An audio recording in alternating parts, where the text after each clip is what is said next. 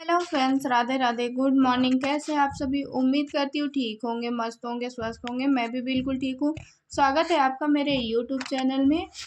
तो बहनों, चाहे मायका हो या ससुराल, जब अपने ही दर्द दे, अक्सर जब हम घरेलू हिंसा और प्रताड़ना की बात करते हैं तो दिमाग में सिर्फ ससुराल का ख्याल आता है। लेकिन कड़वा सच ये है कि दर्द देने वाला चाहे मायका हो या ससुराल, जब जुल्म करने वाले अपने ही घर के लोग हो ना, तो इंसान अंदर से पूरी तरह टूट जाता है।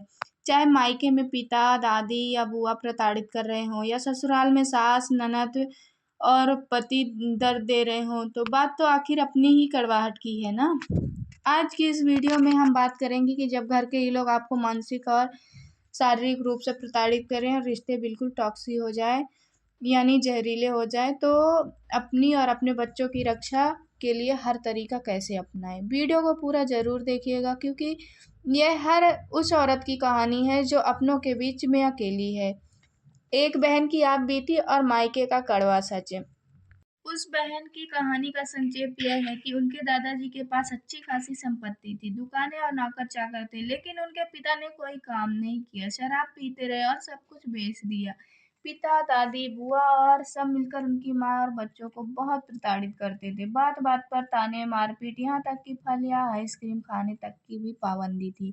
दादी के सोफे को छूने तक की इजाजत नहीं थी। हाथ दबाने के लिए बच्चों को हाथों में पॉलीथीन पहनकर उनका हाथ पैर दबाना होता था। उनकी माँ के साथ मारपीट हुई और बड़े परिवार के डर से नाना ने भी साथ ना दे सके। बचपन से लेकर 39 साल की उम्र तक उस बहन का करियर नहीं बनने दिया। भाई बहन की शादियां नहीं हो पाई, लेकिन उस बहन ने हार नहीं मानी। उन्होंने अपनी माँ का साथ दिया, घर में गलत बात का विरोध किया, सबको सुनाया और खुद को शिक्षित और मजबूत बनाया।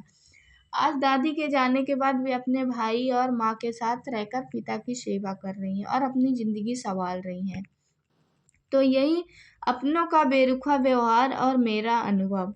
बहनों, उन बहन जी का पढ़ ही रही थी कि कैसे उनके घर में फल, आइसक्रीम खाने पर तरसाया जाता था, तो मुझे अपनी ज़िंदगी का वो कड़वा अनुभव याद आ गया, वो दौर, और मेरा खुद का अनुभव याद आ गया।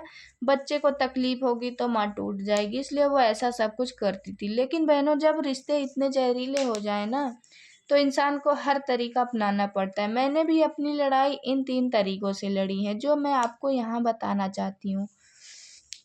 पहला तरीका है मानसिक शांति और सुकून को सबसे ऊपर रखना। मैंने परिस्थिति को स्वीकार किया और अपनी मानसिक शांति को चुनकर खुद को मजबूत बनाया। मैं किसी को दिखाने के लिए खुद खुश नहीं होती थी। मैं अपने लिए और अपने मासूम बच्चे के लिए खुश रहती थी। मुझे किसी दूसरे में कोई इंटरेस्ट नहीं था। अगर दूसरों को प्रॉब्लम है तो इसमें मैं क्या कर सकती हूँ? मैं अपनी बच्चों को अच्छा खिलाती, अच्छा पिलाती, खुश रखती और अपनी ज़िंदगी जीती थी। अब मैं अपने लिए खुश हूँ, मेरे और मेरे बच्चे खुश रहने से अगर दूसरों को प्रॉब्लम होती है तो इसमें मैं कुछ नहीं कर सकती हूँ। दूसरा जो तरीका है, निडर होकर लड़ना और ईंट का जवाब पत्थर से देना। अगर मैंने सोचा कि अगर वही मेरे और मेरे बच्चे के ऊपर टॉर्चर कर सकते हैं, तो कम से कम मैं बोल तो सकती हूँ। जब मेरे हस्बैंड काम पर बाहर जाते और मैं बुजुर्ग महिला अकेली होती थी, तो मैं सीधे उनके पास जाकर साफ बोल कर आती थी कि अगर आपने ज़्यादा बदतमीजी की ना, तो दिमाग मैं भी सही कर सकती हूँ।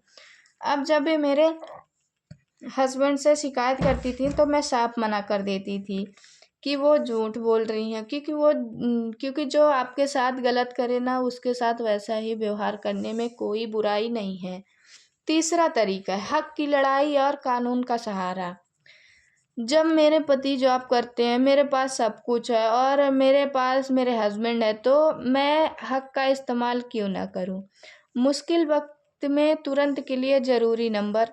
बहनों, जब रिश्ते टॉक्सी हो जाए ना, और घर में हर तरीका अपनाने के बाद टॉर्चर बंद ना हो, चाहे मायका हो या ससुराल हो, याद रखिए, जब कोई रास्ता ना मिले तो कानूनी सलाह सबसे आसान और सबसे सुरक्षित तरीका होता है। आपको किसी वकील के पास जाने या कचहरी के चक्कर काटने की बिल्कुल ज़रूरत नहीं है। सरकार ने महिलाओं की सुरक्षा के लिए ऐसे ट्रोल फ्री नंबर दिए हैं, जहां बस एक फ़ोन घुमाते ही सीधी मदद आपके पास पहुंचती है।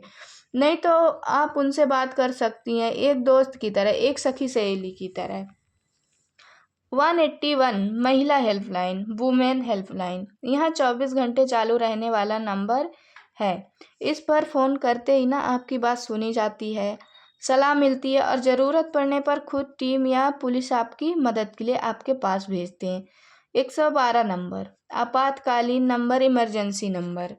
अगर घर पे मारपीट हो रही हो, अगर जान को तुरंत खतरा महसूस हो तो तुरंत 112 डायल करते ही पुलिस की गाड़ी आपके सुरक्षा के लिए आपके दरवाजे पर पहुंच जाती है। बहनों, यहाँ जानकारी आपकी सुरक्षा और मदद के लिए है। जो नंबर मैंने आपको दिए हैं ना, 181 और 112, आप उन्हीं पर फ़ोन करके वहाँ के अधिकारियों से अपने केस की पक्की और सही सलाह सीधे ले सकती हैं।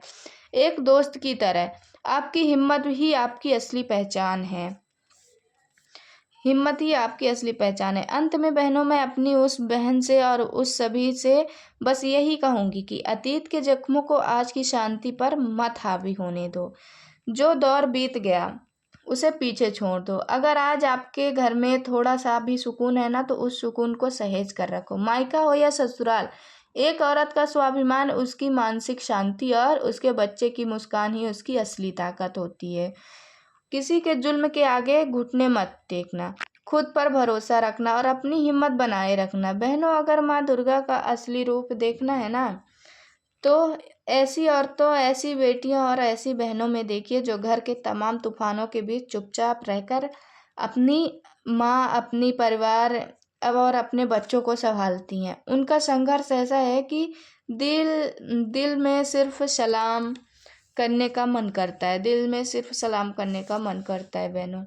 बहनों, आप भी अपने आप को सक्षम बनाइए, अपनी ज़िंदगी में बहुत खुश रहिए। और हाँ, जितनी भी बहनें वीडियो को देख रही हैं, मेरी ईश्वर से यही प्रार्थना है कि आप सभी को बहुत ही प्यारा, सम्मान देने वाला, केयर करने वाला, सुख दुख में साथ देने वाला जीवन साथी मिले और आज से आपकी ज़िंदगी खुशियों से भर जाए। खुश रहिए, मजबूत बनिए और अपना ख्याल खुद रखिए और अपना ख्याल रखिए, ध्यान रखिए। और हाँ, आप अपने आप को ज़रूर सक्षम बनाइए। आप अगर अपने आप को सक्षम नहीं बनाएंगी तो ये लोग, दुनिया आपको जीने नहीं देंगी।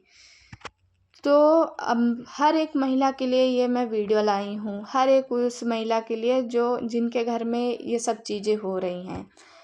तो आप ये कर सकती हैं। अगर आपको ज़्यादा दिक्कत आ रही है तो आप ये हेल्पलाइन नंबर तुरंत यूज कर सकती हैं। और हाँ, जहाँ आपकी गलती वहाँ आप झुकिए, जहाँ आपकी गलती नहीं है तो आपको झुकने की बिल्कुल भी ज़रूरत नहीं है। तो मेरा तो कहना यही है।